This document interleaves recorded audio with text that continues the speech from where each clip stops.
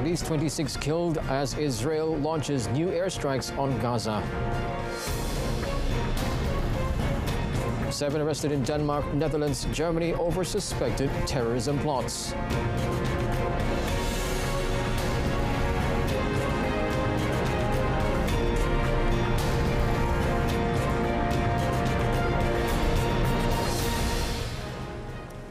Good afternoon and Salam Malaysia Madani. Thanks for joining us. I'm Otto Othman and you're watching World Today. At least 26 people have been killed in an Israeli airstrike on Rafah in southern Gaza, according to Palestinian officials, as international calls grow for a ceasefire in Israel-Hamas war. Footage from the scene on Thursday showed local residents trying to extinguish a fire and rescue survivors as black smoke rises from one of the buildings. Homes belonging to families were obliterated in the attack on the city, where tens of thousands of displaced people have sought shelter since a week-long truce collapsed in early December. Displaced people have been sleeping in makeshift shelters and in the streets after evacuating from the north and from other areas of southern Gaza that had previously been deemed safe by the Israeli army. Gaza's Ministry of Health said on Thursday that at least 180 people have been killed and over 300 wounded in Israeli attacks over the past day, bringing the death toll in Gaza since the war began on October 7th to nearly 19,000, with almost 51,000 injured. Israel's defense minister also warned on Thursday the war with Hamas would last more than several months as he met a top U.S. official amid a rift between the allies over mounting civilian casualties.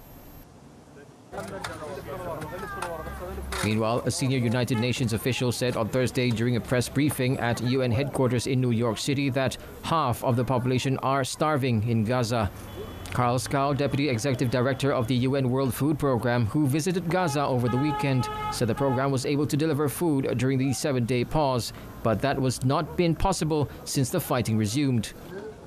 When it comes to the food security situation, we managed to do during the 7-day pause a survey, and what we found there was that half of the population are starving. The grim reality is also that 9 out of 10 people are not eating enough, are not eating every day, and don't know where the next meal is going to come from. Ska also called for a humanitarian ceasefire and said the World Food Programme was ready to deliver to another 1 million people within a couple of weeks, should the conditions allow. Armenia and Azerbaijan swapped prisoners of war, a first step towards normalizing relations since Baku retook control of the long-disputed Nagorno-Karabakh region in a 1-day autumn offensive. Now, it is the first time the neighbors have exchanged prisoners since the lightning September offensive.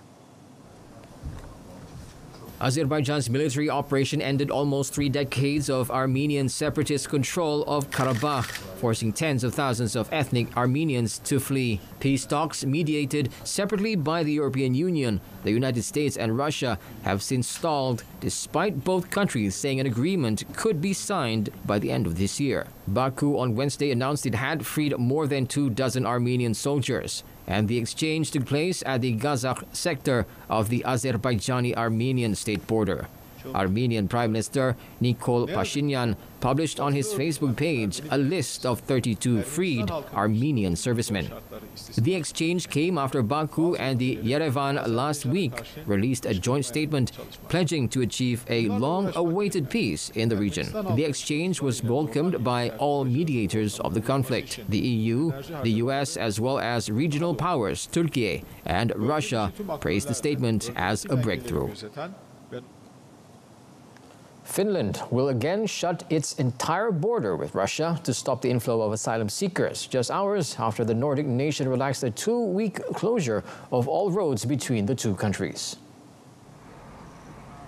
Finnish Interior Minister Mari Rantanen said on Thursday that Helsinki has said a recent rise in asylum seekers arriving via Russia was an orchestrated move by Moscow in retaliation for the Nordic country's decision to increase defense cooperation with the United States, a charge the Kremlin denied. Itärajalla on välittömästi jatkunut.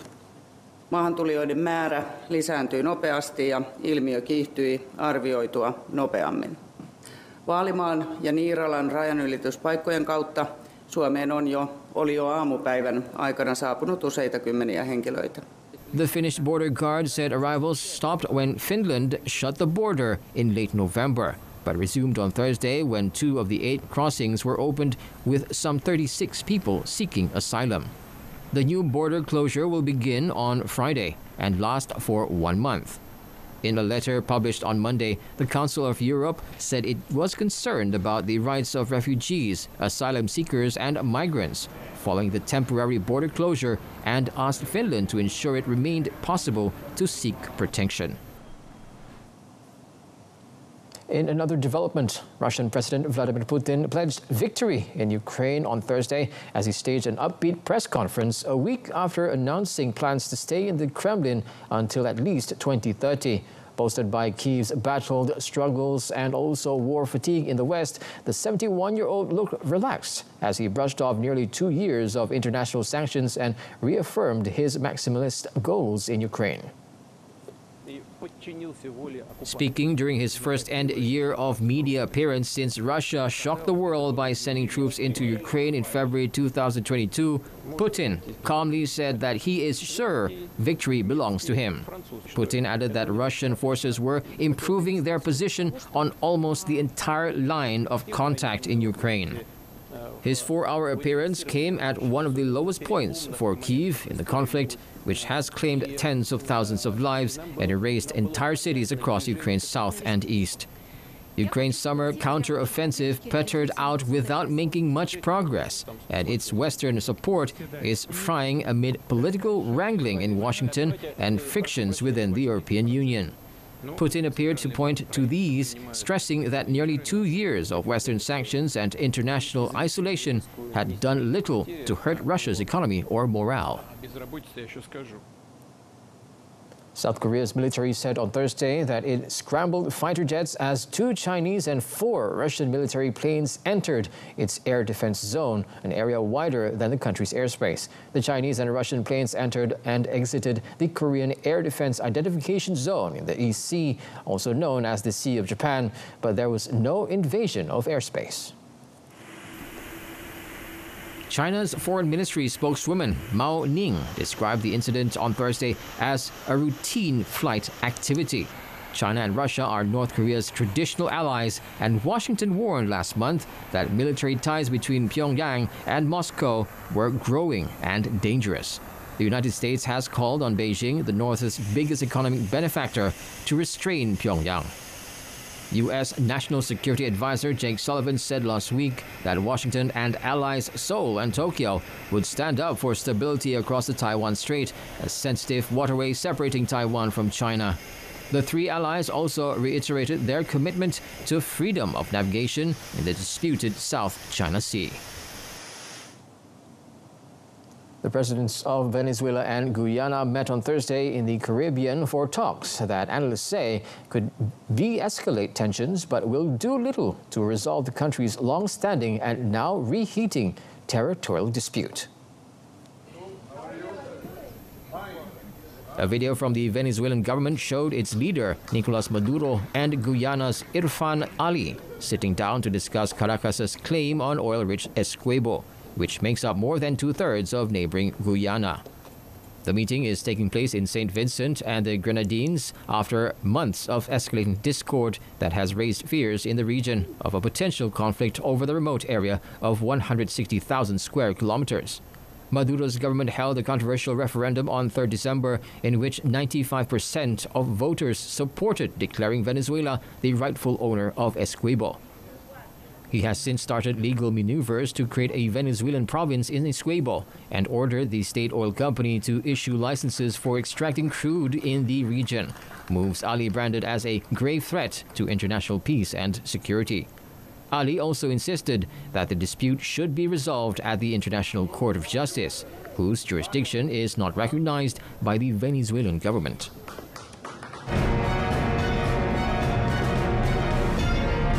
Coming up next, WHO calls for governments to ban flavored vapes, impose tobacco-style curbs. 7 people were arrested in Denmark, the Netherlands and Germany on suspicion of planning attacks on local institutions in Europe.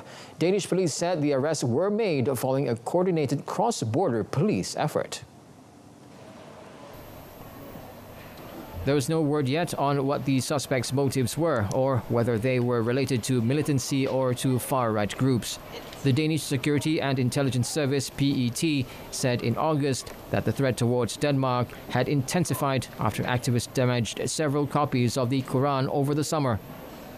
Dutch police said a 57-year-old man was arrested in Rotterdam on Thursday on request of German authorities in a Danish-German investigation.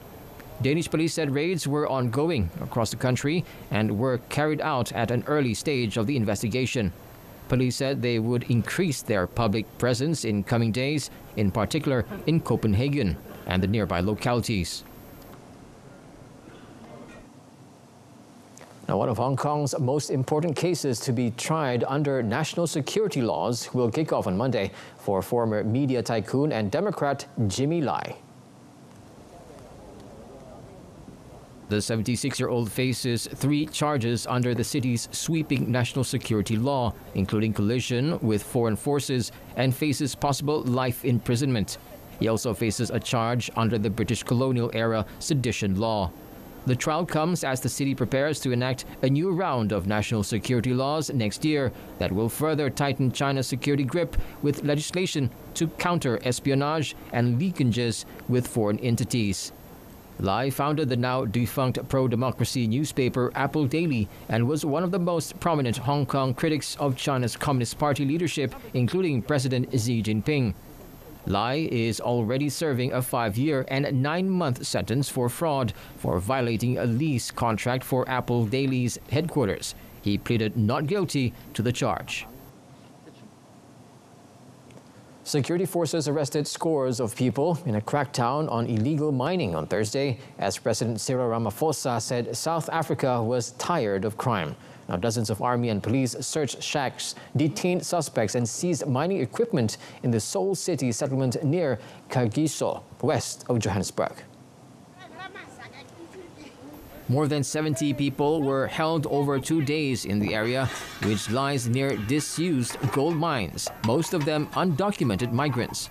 Others were arrested for drug dealing and possession of illegal firearms. Amid high unemployment, illegal immigration and rampant crime have become key political issues ahead of general elections next year. Crime is rampant in South Africa, which has one of the world's highest murder rates. Authorities have been accused of failing to ensure safety, with official data showing only about 1 in 5 murder cases is solved. Ramaphosa said more than 250,000 arrests have been made and 3,200 firearms seized since authorities launched a crackdown on criminality in May. Thousands of illegal miners operate in the mineral-rich country. Johannesburg is dotted with slag heaps, shafts and deep trenches left by generations of miners, whose arrival in a gold rush in the 1880s led to the birth of the city. Access to the old mines is often controlled by gangs that sometimes fight for territorial control. The World Health Organization, WHO, on Thursday urged governments to treat e-cigarettes similarly to tobacco and ban all flavors, threatening cigarette companies' bets on smoking alternatives. Some researchers, campaigners, and government sees e-cigarettes or vapes as a key tool in reducing the death and disease caused by smoking. But the UN agency said urgent measures were needed to control them. Citing studies, it said there was insufficient evidence that vapes helped smokers quit, that they were harmful to health, and that they could drive nicotine addiction among non-smokers, especially children and young people. The WHO called for changes including bans on all flavoring agents like menthol and the application of tobacco control measures to vapes. Those include high taxes and bans on use in public places. The WHO has no authority over national regulations and only provides guidance, but its recommendations are often adopted voluntarily. United States President Joe Biden said on Thursday that his administration will subject dozens of drug makers to penalties for raising prices on certain drugs higher than the inflation rate, in a move that would reduce out-of-pocket costs for Medicare recipients. The president said big pharmaceutical companies in the year before the law was passed jacked up prices nearly 4 times faster than inflation went up. For years, there's been no check on how high or how fast Big Pharma can raise drug prices. In the year before we passed this legislation, drug makers jacked up prices nearly 4 times faster than inflation went up. And they were already too high. Let's call this for what it is. It's a ripoff. They're ripping off Medicare. They're ripping off the American people. Some seniors have saved more than $600 per dose. Biden's signature Inflation Reduction Act, IRA, includes a provision to penalize drug makers for charging prices that rise faster than inflation for people on Medicare, a government program for those aged 65 and older and the disabled. Now, according to the White House, prices of 48 drugs that fall under Medicare Part B, which covers drugs administered at a health facility, surged faster than inflation in the last quarter of 2023. These drugs may be subject to inflation rebates in the first quarter of 2024 as a result of the IRA, which Biden, a Democrat, signed last year. Argentine motorists were hit with rising fuel prices this week after the devaluation of the peso, with gas rising an estimated 37%. Now, on Thursday morning, state-owned oil company YPF, the leading supplier of the Argentinian market, raised prices. Private suppliers of fuel have also increased their prices. Argentina's government, under Liberation President Javier Milei, unveiled his shock therapy economic plan on Tuesday, a radical and likely painful blueprint to stabilize the South American country's economy, which faces its worst crisis in decades. The plan aims to target energy subsidies, which cost the government $12 billion last year. It also included a devaluation of the peso currency by more than 50%, which took effect on Wednesday, as well as wide-ranging measures for cutting state spending. The devaluation, while seeking to make Argentine exports abroad more competitive, carries the risk of greater inflation. Increased fuel prices, a fundamental input for most industries, will likely further accelerate inflation. International Monetary Fund (IMF) and World Bank announced that Somalia is set to receive debt relief of $4.5 billion from international creditors as part of a debt forgiveness initiative overseen by both organizations. The East African country is one of the poorest in the world, struggling to recover from decades of civil war and with around 70% of its population living on less than $1.90 a day. The IMF said this debt relief will facilitate access to critical additional financial resources that will help Somalia strengthen its economy, reduce poverty, and promote job creation. The green light comes as Somalia reached the completion point of the Heavily Indebted Poor Countries Initiative, HIPC. Somalia's external debt has fallen from 64% of gross domestic product in 2018 to less than 6% of GDP by the end of 2023. Debt service relief has been provided by the IMF, International Development Association, African Development Fund, and other multilateral, bilateral, and commercial creditors.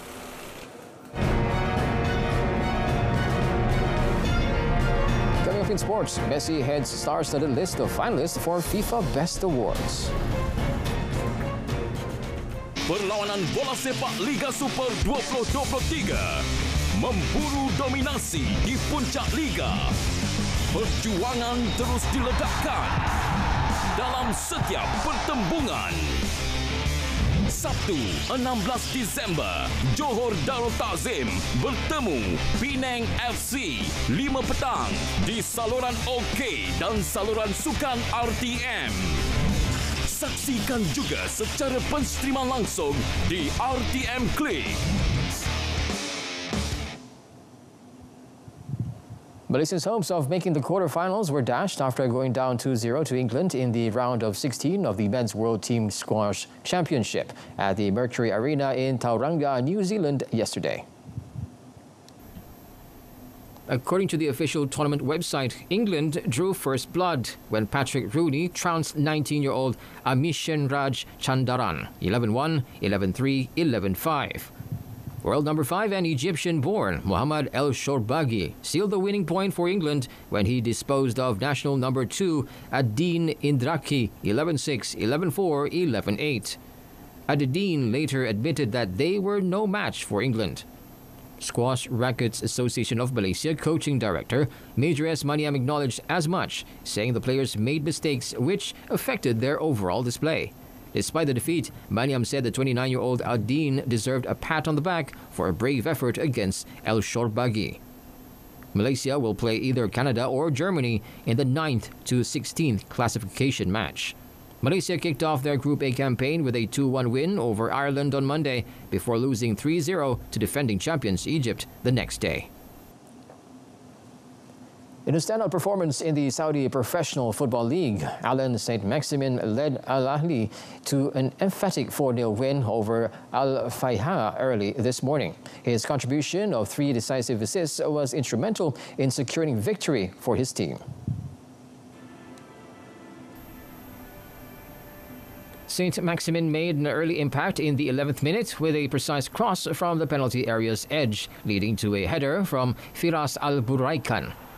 The former Newcastle United player continued his impressive form by breaking down the left flank and setting up Ali Majrashi for another headed goal, bringing the score to 2-0 just 17 minutes into the match. Al Ahly's defense, including Roger Ibanez, stayed solid, notably clearing an attempt by Al-FAIHA's Sultan Maddash off the line. An offside call nullified this rare chance for the home team. Al Ahly team effectively countered an Al-FAIHA attack, which led to a collaboration between Al-Buraikan and St Maximans, culminating in Al Ahly's third goal 30 minutes into the game. Riyad Mahrez added the 4th goal shortly before the end of the first half, converting a penalty earned by Frank Kessie. In the second half, Gabriel Vega set up a prime opportunity for substitute Roberto Firmino, who unfortunately sent his close-range shot over the bar, missing the chance to score Al Ahly's 5th goal towards the end of the game. Under coach Matthias Jaisler's leadership, Al Ahly's win elevated their points tally to 34 from 17 matches, positioning them 3rd in the league. Messi, Mbappe and Erling Haaland are the 3 finalists for the FIFA 2023 Best Men's Player Award. The finalists were announced by the World Soccer's governing body on Thursday. The shortlist for the women's best player includes 2 2023 World Cup champions Aitana Bonmati and Jennifer Hermoso from Spain, alongside Linda Caicedo, who represents Colombia. Norwegian Holland helped Manchester City win 3 major trophies, the Champions League, English Premier League and FA Cup last season. Messi secured the award in 2022 after guiding Argentina to a World Cup victory. Following that success, he clinched the Ligue 1 title with Paris Saint-Germain alongside Mbappe before making a move to the Major League Soccer team Inter Miami. The men's finalists were named based on performances from 19 December 2022 until 20th August this year, with the women's decided by achievements between 1st August 2022 and 20th August 2023, the day of the World Cup final. The winners will be announced on January 15th in London. Thailand's Chapsai Virat took a 2-shot lead in the first round of the Saudi Open after carding a 7-under 64 at the Riyadh Golf Club on Thursday.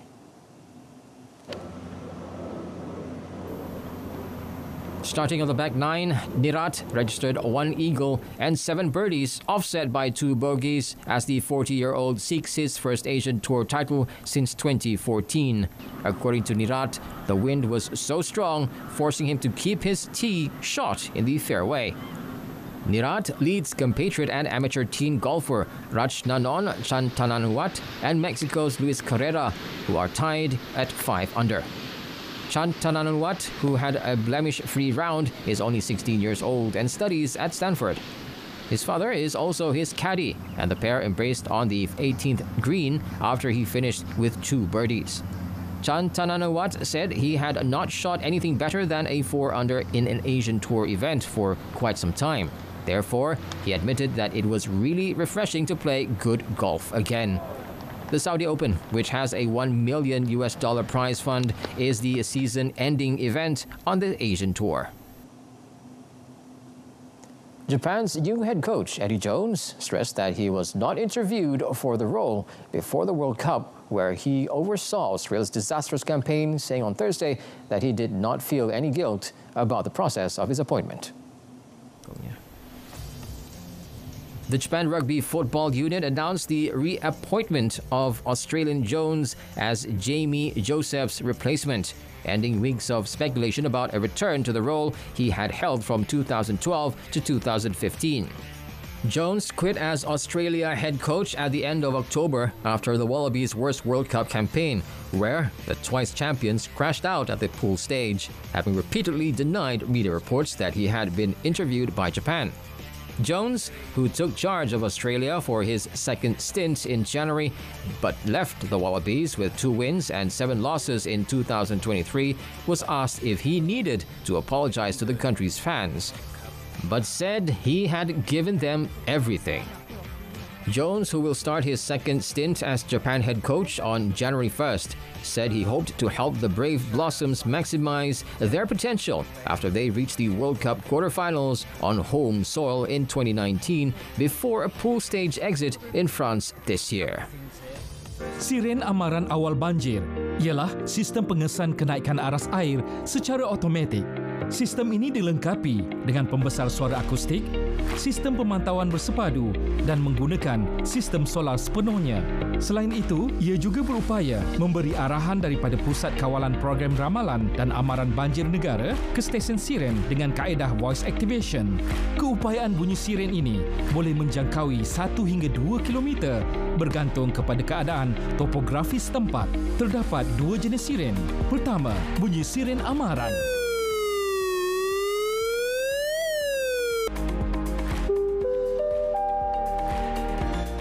Amaran. Air sungai telah melebihi aras amaran. Semboyannya kedengaran apabila air sungai melepasi aras amaran dan penduduk diminta bersiap sedia untuk berpindah. Kedua, bunyi siren bahaya.